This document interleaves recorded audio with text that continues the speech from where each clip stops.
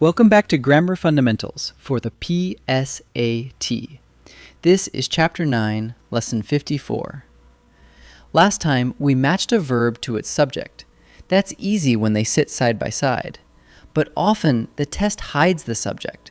So the trick today is simple. Before you choose the verb, find the real subject first. Here's the whole idea. A verb must agree with its subject, never with some other noun that happens to be sitting nearby. So step 1 is always the same. Find the true subject of the sentence. Then, and only then, make the verb match that subject. Today, we'll look at 3 places where the subject likes to hide, and one simple trick that finds it every time. Trap 1.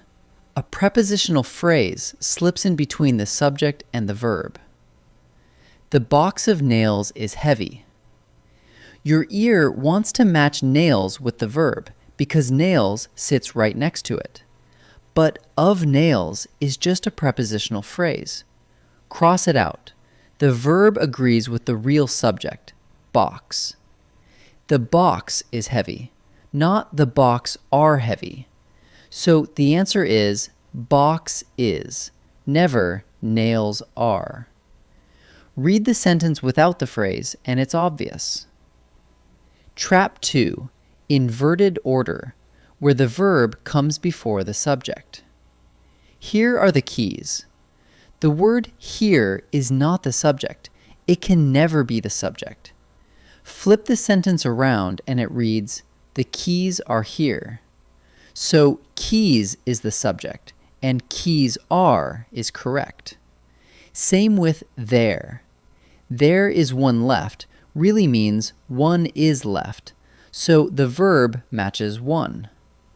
Whenever a sentence opens with here or there, flip it to find the real subject hiding at the end. Trap 3. Questions. In a question, a helping verb often jumps in front, and the subject lands in the middle. Does this shop repair skates?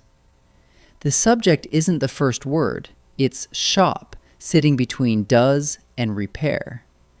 To find it, just turn the question into a statement. This shop does repair skates. Now the subject is plain to see. So in any question, hunt for the subject in the middle, not at the front. So here's the trick for every one of these. First, cross out any phrase that sits between the subject and the verb. Second, if the sentence starts with here or there, or has its verb up front, flip it into a plain statement. Once the clutter is gone, the true subject stands alone. Then just match the verb to that subject. Singular with singular, plural with plural. Strip it down, then choose. Let's try a few. In this first set, a prepositional phrase or an interrupter hides the subject. Cross it out, find the real subject, and pick the verb that agrees. Pause and try each one before I answer. The leaves on the maple blank color every fall. Cross out the phrase on the maple. That leaves the real subject, leaves, which is plural. The leaves turn, not the leaves turns. So the answer is turn. The classroom near the back stairs blank, very cold. Cross out the phrase, near the back stairs. The real subject is classroom, which is singular, not stairs. The classroom gets cold. So the answer is gets. The pieces of the puzzle blank together perfectly. Cross out the phrase of the puzzle. The real subject is pieces, which is plural, not puzzle. The pieces fit. So the answer is fit. 3 more. Now the sentences are inverted, or are questions. Flip each one into a plain statement. Find the subject and choose the verb.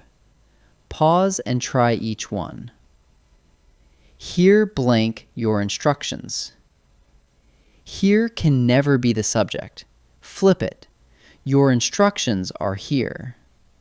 The subject is instructions, which is plural, so the answer is are. In the back of the room blank the next speaker. This sentence is inverted.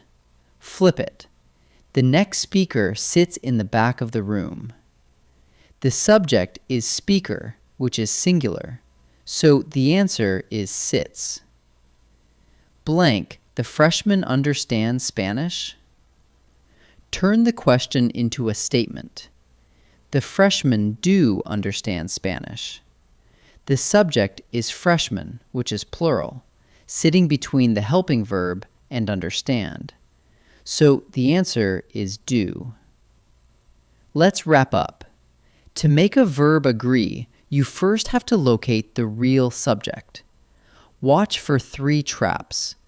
A prepositional phrase between the subject and verb, so cross it out.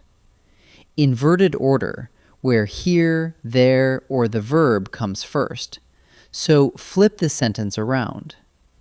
And questions, where the subject sits in the middle. In every case, the trick is the same.